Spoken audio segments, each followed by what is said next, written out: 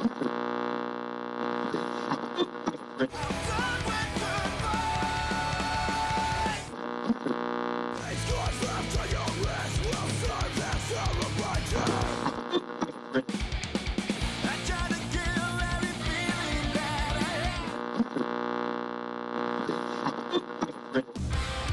Blind is hosted by overly emotional dudes who overthink and overanalyze everything. Nothing the hosts say should be taken as medical advice or opinion. They're not professionals, and they're about to make that very clear. So just kick back and hang with them, because you've earned it. What's up, everybody, and welcome back to another special edition episode of the Walking Blind podcast. We actually just sat down with the dudes from, some of the dudes from No Home and from Clay City, kind of just to sit down and talk shop with them for a little bit before these shows that are coming up this weekend. So, needless to say, we're excited, we're pumped, we're ready.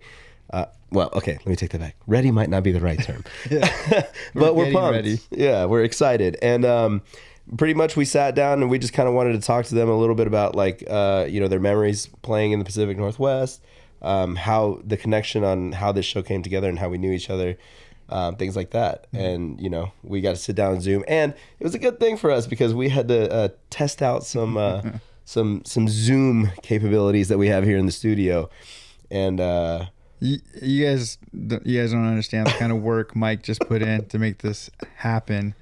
Lost audio and having to use other audio things to make this work. I Frankenstein the audio on this. So if it sounds shitty, I apologize. But let's jump in. We'll check out the audio and the little it's just a short little sit down, chopping it up with the dudes. And make sure that you guys check out the links that we're gonna have attached to this video. If you're catching this on social media, check the links in bios. Get your tickets for this weekend because this weekend's going to be fun. We're trying to have fun and get rowdy. And as we mentioned in the Zoom call, we're trying to celebrate Mike's birthday because it is his birthday. This is his birthday weekend. Wishing Daniel all the best, but this is about me. Yeah. I'm just going to steal this whole Take all the these whole shows, thunder away. Yeah, all these shows started because Daniel's leaving the Pacific Northwest. He's moving to Pennsylvania. But I think I'm going to take this weekend from him. Yeah, you should. Okay. Sorry, Daniel. Unless you make us pizza, then all's forgiven. All's forgiven. We're still going to party. So once again, make sure you guys check it out on this YouTube exclusive little sit down with the boys. Why are their shirts still on? Yeah. What kind of business is this? Kind of weird shit is that? Whenever they heard the recording and they got real shy, so they all threw their shirts back on. Because usually it's just instruments, shirts off, but vocalists usually pants off. So yeah, we've done all duck it. Yeah. I dig that. That would be amazing. Just you can't see our pants; they're still on. But. Yeah, just everyone just Winnie the Poohing it. Yeah, there you go. Which I'm appalled that there's a new Winnie the Pooh horror movie or a Winnie the Pooh horror movie coming out. I have yet to see anything. Is there a trailer ready for it? Yeah. It's gold. It's like the fact that it exists is the most terrifying piece of that film. Is it? I've only heard of it. Does it look like it's like a Sharknado kind of thing, or is it actually like people have people invested in this? Like, is this going to be people Sharknado vibe, right? Yeah, I don't know. People have definitely invested in it. Like the fact that there's like a humanoid Winnie the Pooh running around should tell you enough that it's not CGI. Like someone put enough effort into like creating the suit or the mask. It's like we figured out that we could do it, but we didn't ask ourselves if we should do it. Yeah, that's fair. Yeah, well, can't wait to look at that. Thanks for reminding me because I heard about that. I was like, oh shit, what is it? I think I saw it at work, like in a text. I was like, what is this? So you're saying it's been on your radar, Mike, but now you're like, oh, now I gotta watch it because. I have to see the trailer. I'm not a big horror movie person, so I don't know. Maybe for Winnie the Pooh. This guy's scared of everything though, like legitimately everything. Just the horror movies, like scary clips that make you jump. He's fucked up by it. Dude, but I'm coming a long way. I watched Witcher by myself. Whoa. Yeah, nice. Impressive. Next you'll start playing Skyrim. I don't know what that is, but He was. Gets so spooky. He came in here and he saw like the PS5 going. It was like Spider-Man on there, and he was like, "Oh man, if I had this at my house, I would not get anything fucking done." nothing done. Yeah. So Yeah, I was kept from video games as an adult because it would just ruin my life, I think. I go through waves. Yeah, for sure. So, NBA 2K23 is currently ruling my life. So nice, There you go. nice. Well, dudes, so we wanted to kind of just like, we're kind of on the subject of trying to build, content and things so we can get this and this last little, not even a week now, Yeah, Yeah. This last little push. For that little these shows. push. And we just thought it'd be cool. Like at first we had this grand idea to like hit up all the bands and have everyone like send in different videos, and we're like, that's gonna be too much. Like let's just see if we can talk to the singers and guitar. You play guitar? I play bass and sing. Yeah. Bass. And Still counts. Yeah, it still counts. Singers. And so we just thought we'd just do like a little quick. I have literally, it's just 4 easy questions, and we can go off of that. But I guess the first one, I guess kind of weird for all of us because I don't know, and if I have, I've been like a total dickhead. Have I met you guys, Lucas and Kyle? I don't think in person, no. Yeah. Right? Okay. All right. I didn't think I had. I was like, fuck. What if I met him and you guys would be like, yeah, No, bro. remember In 2011, man. You don't remember yeah. that? You stayed in my fucking house. Dude, I was thinking that like I haven't. Last time I played up there was 2010. So it's been forever since I've been up. So if I have met anybody, which is probably not, I'd be clueless to it because my memory sucks. Dude, So that'd be shitty though if someone came up to you and like, you don't remember me? I'd be like, Fucking 12 years ago. How we connected. Yeah. We have a moment. yeah, you slept on my couch. Yeah. So I guess this one, I feel weird saying it, but it's like I want to say like how does everyone know each other? And I feel obviously I more or less know, but like kind of want to hear you guys kind of talk about that. Like how does everyone know? If you're gonna cut this as a video, you should probably say what we're talking about. Oh, okay. You do that. You're better at like the explanation of things. This is all right. So we're here. We're talking about the Pacific Northwest run of shows that we are all doing. Pretty much at this point in time, when we're recording in less than a week, right? So technically, a week from today will be the last show on the run. So really, we're like 5 days out or something like that. So realistically, the idea behind these shows was that no bragging rights. That Daniel is leaving the Pacific Northwest, and you guys wanted to play up north at least one more time before we left, right? So we're all getting together, and we're here to kind of just talk about the shows and why we're doing it, what we're doing, things like that. To be honest, I'm kind of the fly on the wall. I'm here, but we're just So let's just do like introductions. So let's start with Craigery. Yeah, so I'm Craig. I do vocals in No Home. No Home's been together since like, I don't know, 2017, 2018 type of thing. Done some touring here and there, but I know the guys in Clay City just because we're in the same local scene. We played several shows with them. Cool. They worked with Tron on their latest release. We did some work with Tron for our full length we just wrapped up. And then I've known Mike for, I think it's like 15 years at this point. I think in 2008 may have been the first time that I saw NBR in Coos Bay. So 15 years, yeah. sick. And I knew then. I knew Yeah. all those years. Dude, I will never forget like standing outside of Waxers, talking with Christian at the time, and he was like, "Yeah, send me your guys' music." So I sent it to him, and he's like, "This sucks, man. Like this is not good. Like your stuff's not catchy at all. The structure is not there." And I was like, "Well, shit. Okay, well this is the first band. This is the first dude that's like told me straight up that this sucks. So let's go back to the drawing board." And truly, like if it wasn't for somebody like kind of like bringing the hammer down and not like stroking somebody's ego unnecessarily, then I would not be in the position or like have done the things that I've done so far, So Dude, you know what? I have a lot of respect for you, man, because it wasn't for, I don't know, for you guys, like there's been other times where I was present hearing Christian lay it to you straight. And what I respect about you is you've always took it in stride, and you took it as like, cool, like, all right, I see what I need, I see the work we need to do, and so man, I've been there. I've been there when Christian has been brutally honest with the bands, and they haven't taken it as well as you have. You know? I've been on that side of one of those Christian talks before too. Yeah, so I get it. And like I like to think that it's been interactions like that throughout my life that's also helped me in like my personal life and my professional career. Whenever people are giving you feedback, it's not to tear you down, and the feedback is really like how you take it, right? Yeah. It's less about the way the person's giving it, and sure, it might not be the best way to do it, but you have control in how you're going to take that feedback and how you're going to analyze it and digest it, and it's all in the spirit of getting better, never in the spirit of getting worse. Absolutely. So like starting from that place of like, I know you're telling me this to make me better or to get a better result out of me, it makes it a lot more difficult to like be upset at the person when you want to take what they're saying with a grain of salt and really like analyze and figure out, is there validity to this, or are they just speaking from like what their perspective is, and maybe it's a limited perspective, So I think interactions like that in general really helped me with this band, with all of my bands, and just like in my own personal and professional life for sure.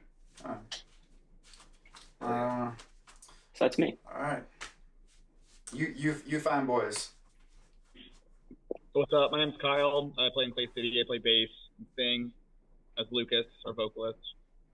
But yeah, met Craig, 2018? I think first time we played together was at Hard Rock in Seattle. But yeah, we played in the same team. So we've been Craig for a few years. Clay City, we've been a band 2017 as well. We started hanging out and writing and stuff. And yeah, we're excited to be a part of this. And we kind of got hooked up to this. Tron, like Craig mentioned, recorded our album that just came out last Friday. Analogy for Pain. So, and yeah, like going off what Craig said too, it was like very collaborative and kind of like exactly what Craig said. Like going to that next step is like working with somebody who is doing it and can really push you on song structure, or just like the writing process in general was great. And he was just a good guiding light for a lot of the songs. And honestly, writing with him was kick ass, and it was such a fun experience. Yeah. Nice. And Tron has like, I don't know, I'm sure there's a better word for this, but like the best like bedside manners. Like, he's very nice about things. He's so incredibly nice and supportive, Yeah, especially like in the vocal booth, he's like whispering in your ear. He's like, that was good, but like I think we can do a little better. Yeah. And as for me, and this guy can attest to this, like Tron will be like, dude, that was rad, man. Let's do that one more time. And then like out here in the background, Martin like, is your fucking click on? It's like, can you hear that? Why are you, anyway. No, Tron's the best. So it was cool. He's a homie. And yeah, like I think Ben, our guitarist too, mentioned it a good way. We were just talking with Tron because, celebrating the release last week. It wasn't like a transaction, like, hey, here's some money, record us. It was like built like, great memories and like a good friendship with Tron. So yeah, he's a homie now. And it sounds good, man. Like, thanks. Yeah. Thank you. It's cool. I was nervous. I didn't know you guys other than what Tron had said, and for him to throw you guys out, it was I'm happy that he did. So. Well, I'm glad he took his word and didn't think he was a liar and just dude, tight. Well, he and then he had sent us some things, so it eased us. We're like, oh, okay, well, fuck yeah, this is sick. Mike had a funny reaction to hearing you guys for the first time.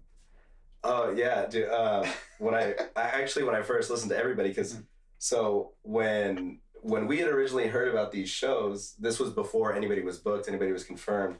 We were like, oh, okay, cool, like Pacific Northwest shows, and then as the more and more I like, once they announced lineups, once they announced who was gonna be on the shows and shit like that, like I started hearing, I'm like, oh, there's a lot of melodic hardcore going on this show, and I was like, wait. There's a lot of NBR influence in this too, or a lot of Tron influence in this too. But I'm stoked on seeing all of you guys play. I mean, there's something to say about the fact that like we were probably added on just because we're homies.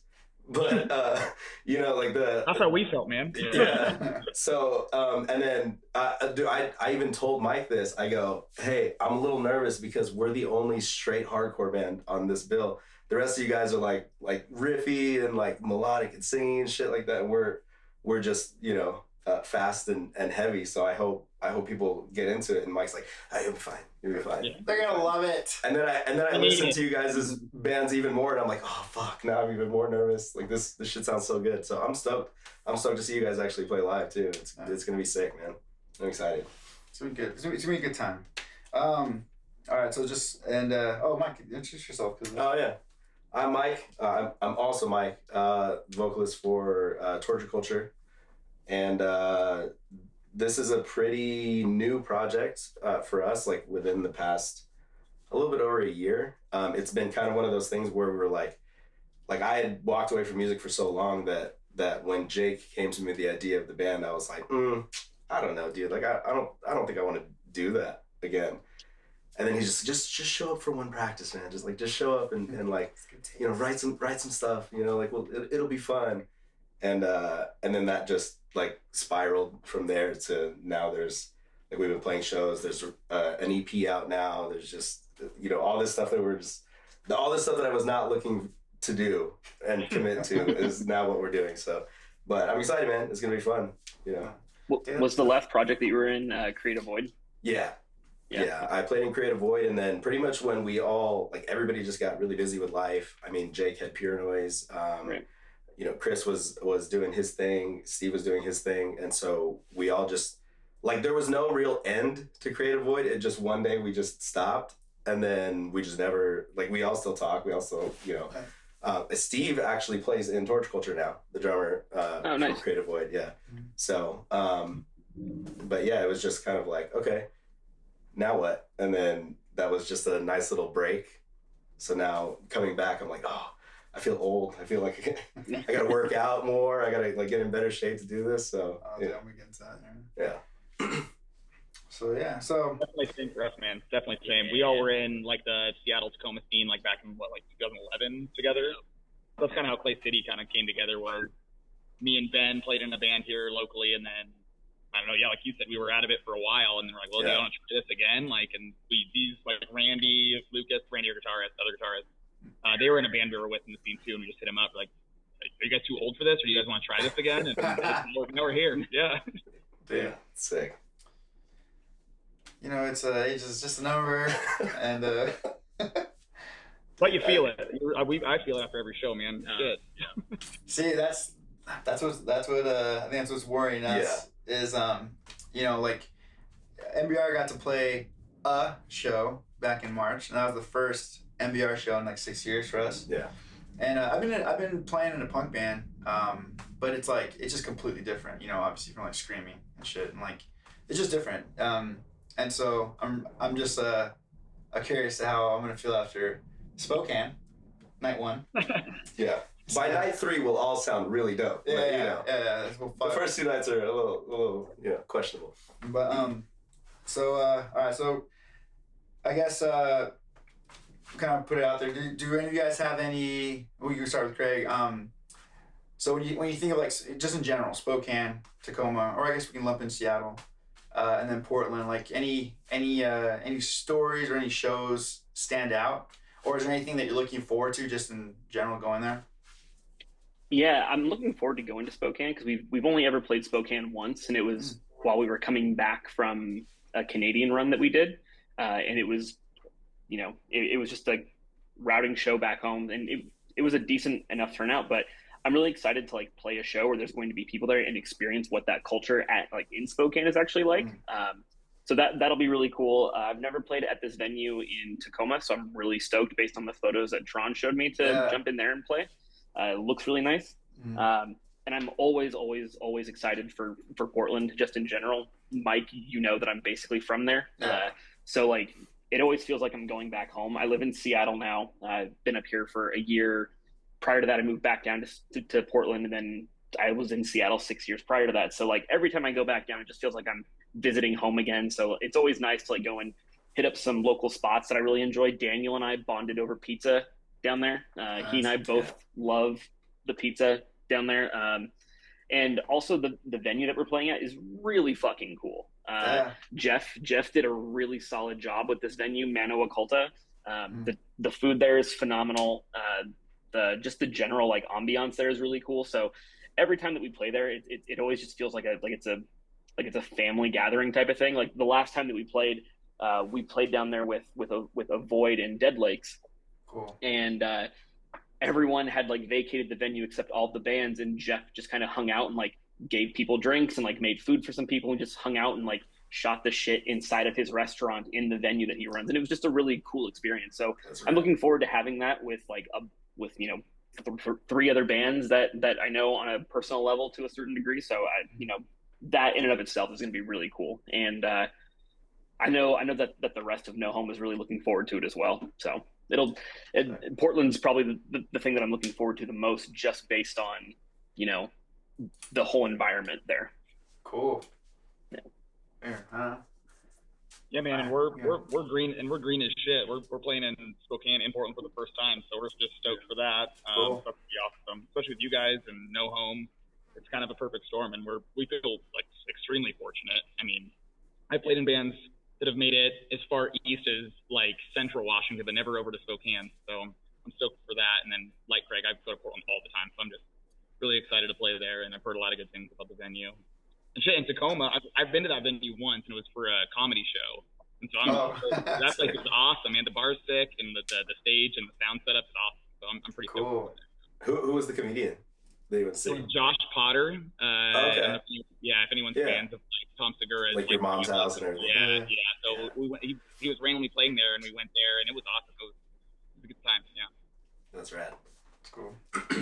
My memories of playing up there, to be honest, I don't remember the venues that we played.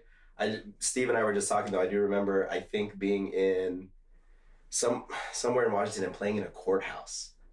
We played like there was a straight up show in a courthouse, and they were like, these rooms are blocked off because these are like judges' chambers. But was that called the Office? Did they call the venue the Office? And it was like almost like because we played with No Bragging Rights there. Me and it was like in Puyallup in Dude, like 2000. yeah. That was like 2012. Yeah. It might Yeah, have and been See around the that Wind time. The Wind also played. And what was that other band? Swing Low. Swing Low. Yeah, Swing Low played that. Yeah, that is a wild venue. Anytime I drive by that, I point it out. I'm like, that used to be a concert. It looks like a it's like, Yeah.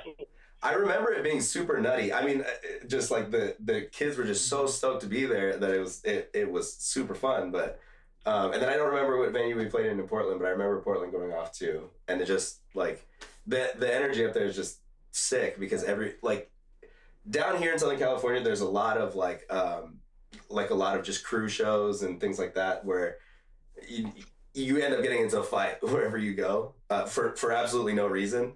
But it just seems like every time we leave California, and especially up there, we're like, oh, okay, people are just here to have fun and have a good time, So that's what I'm stoked on, is just to kind of get away from like the beatdown scene for a little bit, Oh. Well, the SoCal beatdown scene, Yeah.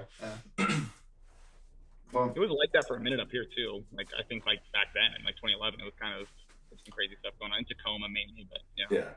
Man, Eugene was bad about that stuff. Eugene and Roseburg, Oregon were really bad about crews and whatnot. Like anytime any hardcore band rolled through, there was guaranteed to be a fight. Like, and actually going to a show in Eugene when I was like 15, 16, I think was like the first time that I was ever exposed to like crews. And it was the most surreal thing, like hearing like why they beat somebody up because somebody decided to like break edge. And I was like, well, I don't understand. And as somebody that has never drank, never smoked in his life, like, and does not claim straight edge, I was like, this doesn't make me want to be a part of it. Like hearing that you guys are going to beat the living hell out of someone because they made a life choice that doesn't impact you. Like, no. I mean, it's whatever. It's everywhere. Some places work. Some places it worked really well, like and as far as like protecting the scene, and then But I think like just in anything, things can get just takes a few bad apples, as they say. I feel like I just always have somebody come up to me that's like, yo, I'm gonna fuck your homie up, and I'm like, I know. What? Like, all right, man. Why? I'm like, why? He's cool, dude. He's a really nice guy. Mike, do you remember the NBR tour that Vera Falls did, where we played Reno and there were all the kids in the hockey masks? Yeah, hockey ski masker. I was positive that they were going to like beat us. And apparently after the show, one of them came up to our guitarist and they're like, yeah, we were going to like jump you guys after the show. But then because the kids in the hockey mask started dancing, that was like your seal of approval. And I was like, I need to get out of here. Like, that's wild. Like, all right, you're cool. They're dancing. You're cool. Yeah. Dude, right now. Well, I'm excited, especially for Clay City guys to get to exposure to Spokane. Like that's like such a special place for me personally, like just MBR in general. I'm excited for you guys to like meet Ryan if you haven't yet. And so one of my favorite memories, stories of like just this summer at Spokane, but especially like just Ryan, the promoter. We were playing at a place called the Slaughterhouse, I think it was called. Like, and on the same night, it was this crazy show. The same night, it was like Bayside, like probably like Alkaline Trio and like Cody and Camp. I don't know. It was like this insane show that you're competing with. That everybody was going with, and it's like, and I remember like the show starting, and then Ryan being like, or no, the show was supposed to start, and he's like, hey, you know what? We're pushing the show back. We're gonna keep pushing it later, and we're like, I don't think that's gonna make much of a difference, man. He's like, no. He's like, trust me, it's fine. Like, we're gonna push the show back. By the time you guys play, Bayside should be finished, dude. Like, it's gonna be sick. He's like, let's push it to here. By the time you guys go on, like, it's gonna be crazy. And I was doubting him hard. I was like, I appreciate your optimism. It's totally cool. I would be at that show. Like, I would like to go to that show actually right now. Yeah. If I could, I would be there. Yeah. And dude, sure enough, man, we're setting up, and then like, you know, a couple kids kind of start showing up. You know, I'm like, oh, that's cool when people showing up kind of late. And then all of a sudden, like it was like dudes like sprinting in. And it was literally what Ryan said. He's like, dude, no, like the people who come, like the people who fuck with you guys are coming to see you guys. Like, I told them that the show's starting late. They're coming still. That's sick. Dude, everyone came. Like, it was crazy. Like, by the time we started playing, it was, you know, it wasn't the biggest place, but it was packed. And it was all homies. So, like, I don't know, that shit, like, stuck with me, like, forever. And, you know, and that was when, you know, that was like a small little, I wouldn't even call it a venue. It was just a place. I think it was literally a slaughterhouse that let us, you know, that had a room where we could play. But, yeah, Spokane, like, this is like a place that I've been looking forward to going back since we stopped. And so, you know, I don't know what's changed, you know, it could be completely different, but I'm just excited to see, you know, we have made a lot of friends out there. And just Ryan, again, I'm so excited for you guys to meet him. Like, stay in contact with that dude, because he's the man. Noted. Yeah, man. And then Tacoma, I mean, it's been a minute since we've played anywhere up there, but I can't think of like a Tacoma show that we've, like a Tacoma proper show that we've actually played. I feel like it was always somewhere on the outskirts, like, you know, Pile Up or freaking the office place that that's out on, like, that's near where our guitarist used to live out. It's like Puyallup, kind of area still, but still in nowhere though, dude. It's like in the middle of the woods, kind of like you're driving on some like tiny ass road. Yeah, dude. But yeah, I'm looking forward to the Tacoma show. I'm looking forward to that show mostly just because for Tron, because, you know, Tron's, you know, he's our newest member, and this is, you know, I'm excited for him that he gets to play in front of like his family and his, you know, his homies and stuff. So I think that's gonna be exciting. And then in Portland too, man. Portland, just like Craig was saying, it's always been a good place to us, and the Pacific Northwest in general was like the first place to like embrace us, aside from, you know, like, it was our close aside from home, you know, being able to, and our home didn't even really embrace us that hard back then. But yeah, man, I'm stoked for these shows. I'm happy that I'm happy that this is even just happening in the first place, and hopefully we can get Daniel to make us all pizza, because I don't know if you guys know, he does that shit. Okay. Well, I know Tron's super into making pizza too, so I don't know if we're doing a pizza cook-off at his house or something, but I hope so, man. I would be down to judge on, because I'm sure they both make some bomb pizza. I want to play the birthday card. You should. It's gonna You should. West Pizza. Just so you guys know, Mike's birthday is like the day before, or the day you leave. The day I fly up, so Wednesday on the 5th. So we're also making this a Mike Perez birthday bash weekend. Nice. Even more reason to celebrate, man. Yeah. I'm gonna make this all about me when I'm up there. That was what I said. Fuck Daniel. As you should, yeah. So then, so I guess these last two questions are gonna guess they'll tie into each other, and it's just basically, I guess as I'm thinking about this now, I feel like this applies more to us since we have you guys are more active, and so what are you guys do as far as like preparation for before shows, or just in general, have you done anything in preparation for these shows? For us, for No Home, we are pretty bad about prepping because we all just live so close that it's just like, all right, like we know we have something coming up. Let's plan 2 or 3 practices beforehand. Like we know our stuff like the back of our hand. We've been playing the same set basically since 2018, since our EP came out in 2019. So there's not really too much that's changed for us overall. So I'm actually going up to practice with the guys tomorrow. And I don't remember the last time that I practiced with them. So it'll be an experience. But again, it's all like the same stuff that we've been doing. So for us, it hasn't really changed over the years. Just as we have something come up, we'll get together 2 or 3 times and call it good. Cool. Yeah, and for us, it's similar, but also not, because we just released 10 new songs. So we been like really buckling down lately and practicing a lot. And we have this. Luckily, our guitarist works at this warehouse where our webcam is literally on a forklift right now with a pallet. Sick. And we like load it up on the pallet, put it up in the steel, so we just keep our like practice stuff here, which is nice. So who's forklift certified in the band?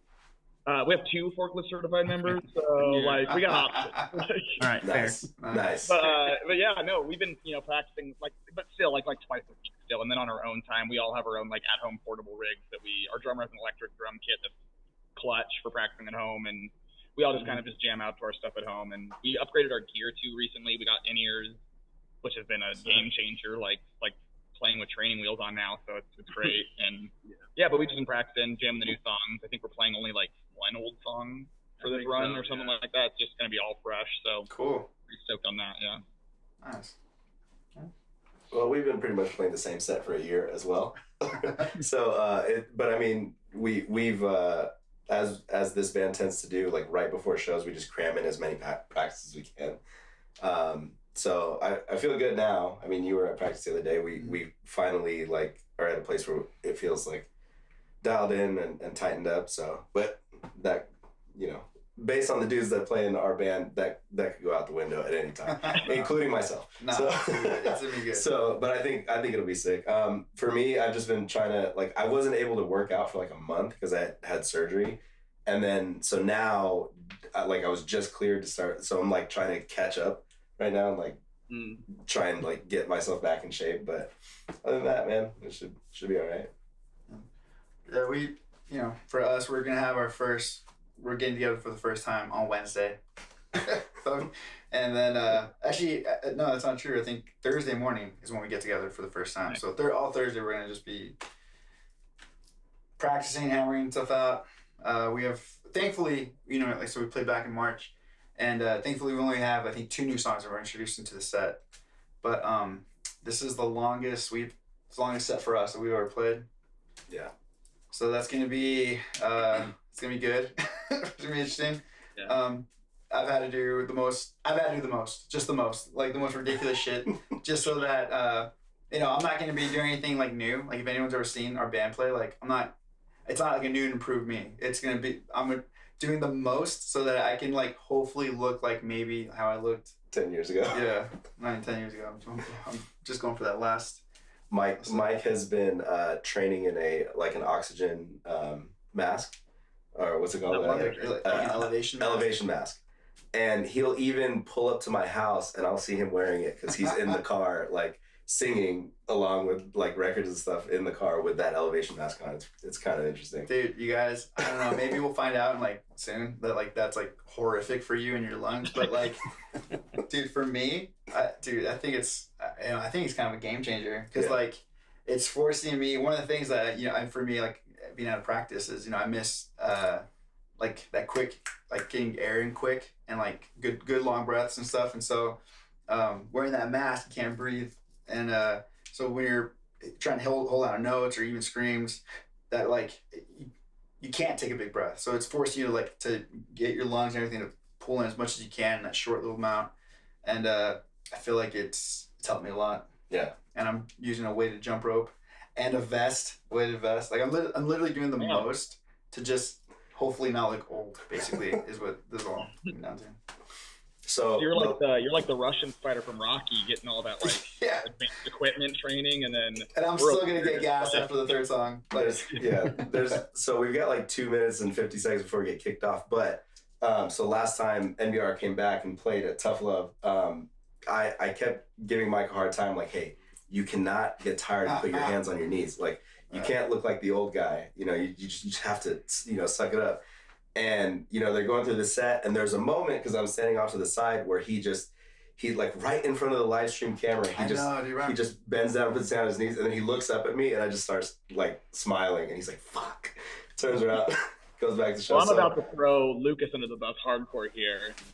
We just played our album release show on Friday, and it was the longest set we've ever played. And immediately after our set, he ran to the bathroom and threw up. Yes. Immediately. We've all been there. But hey, he held it in the whole set, and it was good. And then he came back, and I saw his eyes just bloodshot. What happened? And he was like, I just threw up. Dude, as long as you made it through, that's it. Even if you have to go to the side, throw up, and come back, it is what it is. He made it till the end. So it was a good time. Those part, I guess. Damn fog machines, man. That's it. Dude, MBR, we have it. I don't know if it's, I don't think we have a writer anymore, but MBR used to have in our writer no fog machines during our set and no strobe lights. We say that all the time. Like, if we see that going, like, can you chill it on that? Like, we don't calm down. It's always been funny, like, because there's some place that just, like, it's just overdone. And then, like, it's like a magician coming out of the mist and stuff. Yeah. But it's also funny too. At that last show that we played at Mano, Mano has a smoke machine, and Mike Som was there when we were playing, and all of a sudden smoke starts coming out, and he thinks something is on fire, so he jumps on stage and starts like digging behind all the gear to figure out like what's going on, and then he eventually realizes that it's just a smoke machine. But I appreciate his willingness to throw himself in like under the bus like that. What a G! That's dangerous, yeah. That's awesome. Well, we're at less than a minute, so we might get kicked off of this because we don't pay for the upgrade. Yeah. Dude. Well, hey, dude, thank you guys for doing this. Super short notice. Literally hit him up yesterday. I'm like, hey guys, you able to? Yeah. We're already playing on practice today. It's perfect timing. Yeah, appreciate it, man. Yeah, dude. We will see you guys soon, man. We're excited. Yeah, us too. Cool. Good party. Oh yeah. Well, I'm gonna go ahead and say goodbye before we just immediately get kicked off, and it sounds like we hung up on you guys. So, Peace. See you See you guys guys soon. later. See ya.